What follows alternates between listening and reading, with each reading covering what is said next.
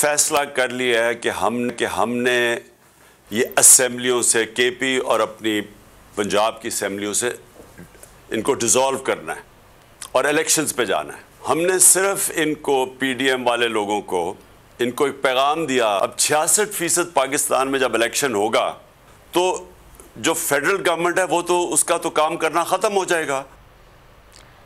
पंजाब और केपी के असम्बलियां तहलील करेंगे, महज 66% नहीं बल्कि पूरे पाकिस्तान में इंतखाबात होने चाहिए। इमरान खान का मास्टर स्ट्रोक, हुक्मरान इत्तेहाद की सारी खुशफहमियां दूर कर दी। कहा हमने पैगाम दिया कि मुल्क संभाला नहीं जा रहा तो इंतखाबात का ऐलान करें। आम इंतखाबात पे 76% पाकिस्तानियों का मुतालबा है। खान ने पीटीआई रहनुमाओं को इंतखाबात की तैयारी की हिदायत कर दी। बोल रहे हैं दोनों ही सच ये बोल रहे हैं कि मुल्क जा तो डिफॉल्ट की तरफ रहा है और दोनों ने कुछ नहीं किया।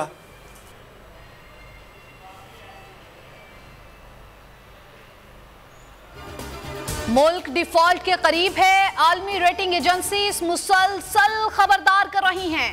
चेयरमैन पीटीआई इमरान खान ने कहा बैरूनी मुल्क के इदारे हम पर एतमाद करने को तैयार नहीं। हुकूमत के 2 वज़राए खजाना एक दूसरे पर काम ना करने का इल्जाम लगा रहे हैं। हमारे नजदीक दोनों ही दुरुस्त हैं।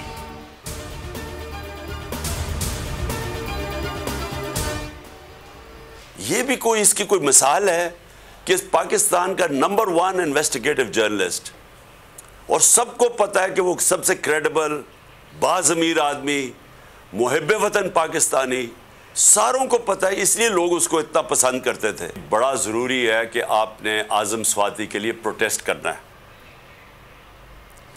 अरशद शरीफ के कत्ल और सवाती पर मुजालिम के खिलाफ मुल्क गीर आवाज उठाएं। इमरान खान ने कहा बुजुर्ग सियासतदान पर आज़ादी इजहार राय की पादाश में दर्जनों मुकदमात बना दिए गए। अरशद शरीफ को हक गोई की सजा दी गई।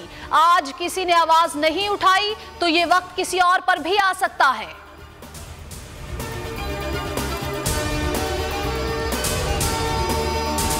इलेक्शन का नाम सुनकर उनको गशी के दौरे पड़ जाते हैं। उनकी करप्शन पर किसी को शक नहीं, फिर भी कहते हैं कोई चोर ना कहे। फवाद चौधरी ने प्रेस कॉन्फ्रेंस करते हुए हुकूमत को खरी खरी सुना दी। कहा आपसे मुल्क नहीं चल रहा, आप अवाम में जाकर खाना नहीं खा सकते, इलेक्शन कैसे लड़ेंगे? आपके वजीर खजाना एक दूसरे से लड़ रहे हैं।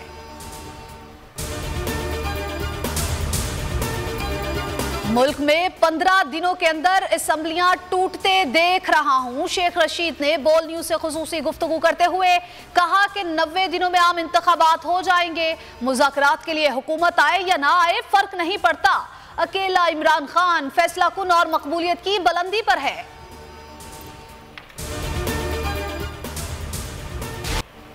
इमरान खान का असेंबली से इस्तीफों का दलेराना बयान, धोखे में मुब्तला पीडीएम हुकूमत पर हकीकत आश्कार कर गई। इमरान खान को असेंबली में लाने की फिक्र सताने लगी। साद रफीक, राना सनाउल्लाह ने बेबसी का खुलकर इजहार कर दिया। बोले मौजूदा हुकूमत किसी एक जमात की नहीं, हम बात करना चाहते हैं लेकिन बाज इत्तेहादियों को शदीद तहफ्फुज़ात हैं। माजी में गैर रस्मी राबतों का एतराफ भी कर लिया। बात अब भी मशरूत की है और साथ धमकी भी दी है, तो ये अनएक्सेप्टेबल है। बाकी मुज़ाकरात के लिए वो ऑफर करे तो पीएमएलएन का भी और बाकी तहरीज बातों को सबके मशवरे से बात होनी है। हम तोड़ने के अमल का हिस्सा नहीं बनेंगे। हम समझते हैं कि असेंबलियां तोड़ना आसान अमल नहीं है। इमरान खान ऑफर पर हट धर्मी पर डटी हुकूमत हिट विकेट कर बैठी। मौके को गनीमत जानकर मशवरे शुरू कर दिए। जल्द इंतखाबात और इस्लाहात पर आमादगी का इंदिया दे दिया। शहबाज शरीफ सीनियर क़यादत को लेकर बैठ गए।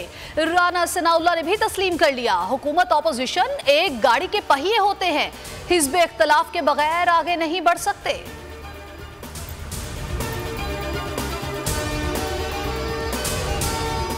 शहीद अरशद शरीफ को हमसे रुखसत हुए 40 दिन बीत गए। शहीद के घर में चहलम की फातिहा का एहतमाम किया गया। मुमताज आलम दीन मौलाना तारिक जमील ने रक़्क़त अमेज़ दुआ कराई। उन्होंने शहीद सहाफ़ी के बुलंद दर्जात के लिए दुआ की। कारोबार नहीं, हकीकी सहाफत, यही है बॉल का मकसद। हर चैलेंज, हर मुश्किल के सामने बोल खड़ा रहा, बोल डटा रहा। बोल न्यूज हकीकी सहाफत का अलंबरदार। बोल ने हमेशा हकीकी सहाफत का प्रचार किया, अवाम को हक और सच दिखाया। साइफर से हकीकी आजादी मार्च तक बोल कभी झुका नहीं, बोल कभी बिका नहीं। बोल अवाम की दुआओं का तलबगार।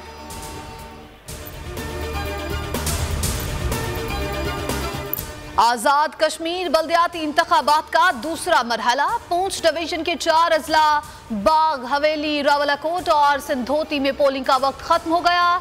गिनती जारी। 875 निशिस्तों के लिए 3859 उम्मीदवार मैदान में। 12 उम्मीदवार पहले ही बिला मुकाबला मुंतखब हो चुके।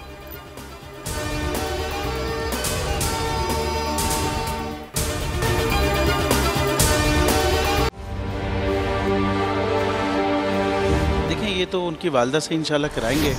अभी जो मुल्क की सूरत हाल है वो आपके सामने है। हकीकी सहाफ़त का अरशद शरीफ एक मैं समझता हूँ बहुत बड़ा हकीकी सहाफ़त का लंबरदार था और हक से 1 इंच नहीं हटा, बल्कि जान देनी पड़ी तो जान दे दी उसने।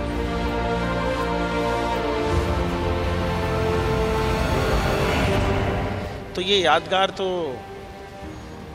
यादगार क्या हमारे दिलों में रहता है। ये तो सिर्फ एक दस्तक देती रहेगी यादगार। मैं समझता हूँ कि जो रुके तो कोहे गिरा थे हम, जो चले तो जहाँ से गुजर गए, रहे यार हमने कदम कदम तुझे यादगार बना दिया। ये अरशद शरीफ के लिए मेरे ख्याल लिखा गया है।